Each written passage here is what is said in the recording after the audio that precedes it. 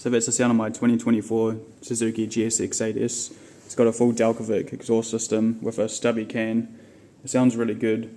It takes a lot of weight off the bike as well because there's a huge catalytic converter which usually sits about here, and it's just ginormous and really restrictive, so you get rid of that, gets rid of the stock muffler thing, and yeah, brings the muffler out to here where it normally exits just under the swing arm.